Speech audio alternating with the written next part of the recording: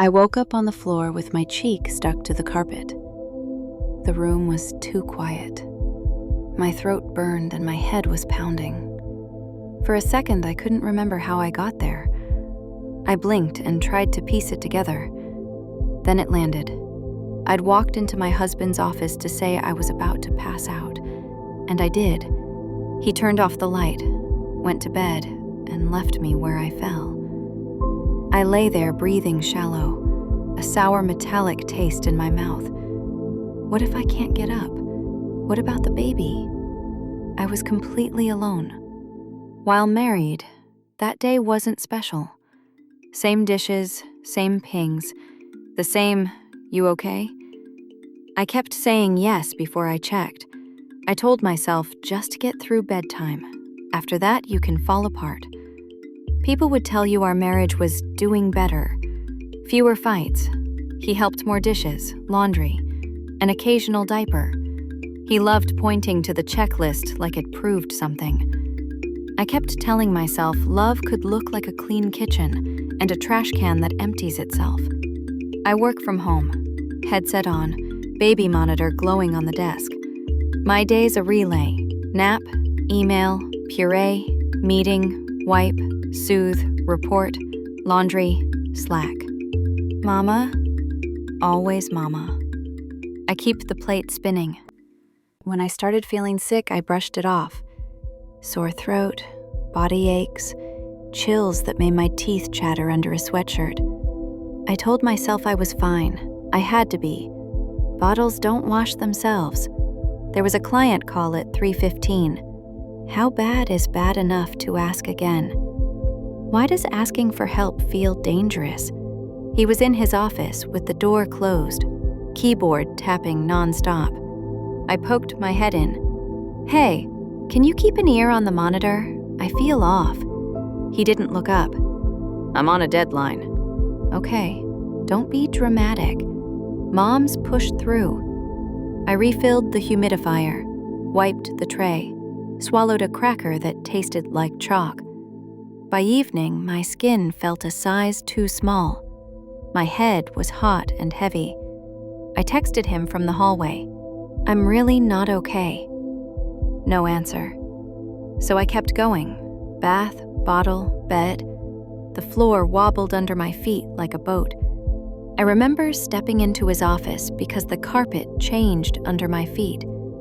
His chair creaked. The blue light from the monitors made the room look colder. He didn't turn around. I stood there, swaying like the room had a tide. I said his name in my head first because saying it out loud felt impossible. If I go down now, what happens to the baby? The edges curled in. My knees hit first, then the rest of me. Dark, like being sealed in glass. My body wouldn't move. Who's going to find me? What if the baby cries? What if nobody knows? When I came to, it was still dark. Screen off, chair empty. The house held its breath. I was still on the floor, cheek damp from the carpet. I stayed there a while, afraid I'd black out again. I made it to the sink, let the tap run until the water turned cold. It tasted like metal and relief.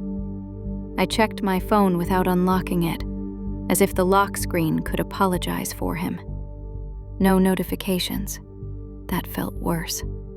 I must have stayed there longer than I realized, sometime before dawn.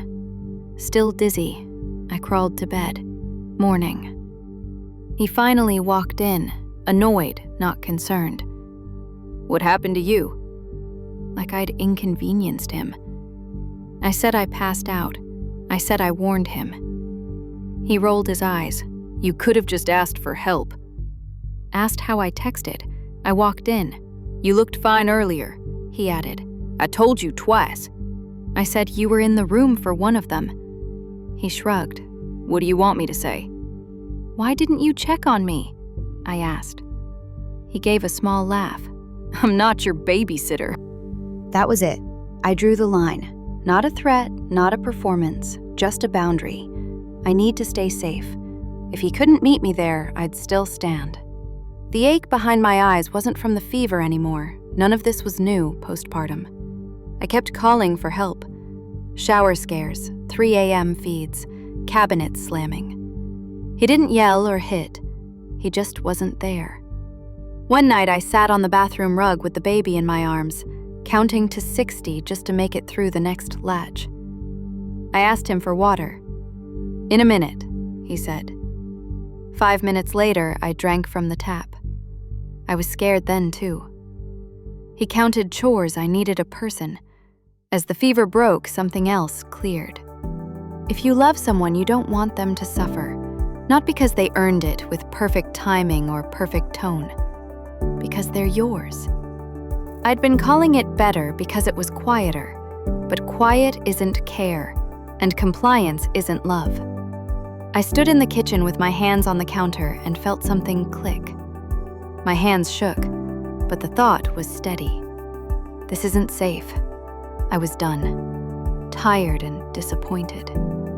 I used to think if I explained it better, clearer lists, better timing, smaller needs, he'd see me. That night, he told the truth. He had a chance to choose me. He chose sleep. I didn't scream or pack a bag.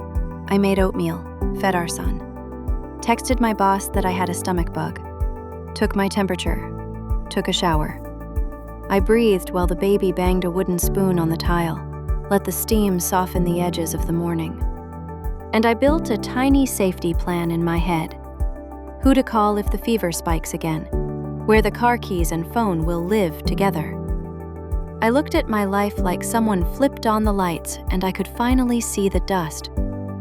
There was love here. There was also neglect. Both can be true.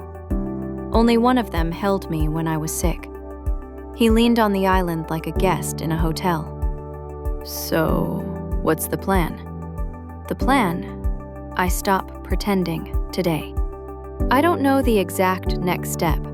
Maybe a real conversation that doesn't shrink to logistics. Maybe counseling. Maybe a separation. Maybe I write it all down because he hears paper better than people. Tomorrow, I'll book the sitter for an hour, sit in my car with the seat back, doing nothing on purpose. I'm done grading him on chores. I'm done with, at least I want a partner who comes when I fall. No checklist required. While the baby napped, I sat on the couch and thought about the version of me who believed a tidy apartment meant safety. I forgave her. Then I made a quiet promise to the me who woke up on the floor. I won't leave you there again. If I'm the only one who sees me, I'll see me clearly. A locked door isn't a shelter just because it shuts. He knocked on the doorframe, half apology, half annoyed. "You still mad?" My anger had been a splint keeping me upright. I set it down. "I'm not mad," I said. "I'm awake. Maybe he'll wake up too. Maybe not. I can't make him. But I'm not going back to sleep." That night, I made tea and went to bed early. The house hummed, pipes, distant traffic, the baby's soft breath on the monitor. I curled on my side and listened to my heartbeat, steady again. Part of me wanted to cry. Another part smiled, small and real. There's one line I wish I'd said months ago. I deserve care even when I'm not useful. I whispered it once into the dark and believed it. If you've ever made yourself smaller to keep the peace, did it ever give you peace? If it were you, where would you draw the line?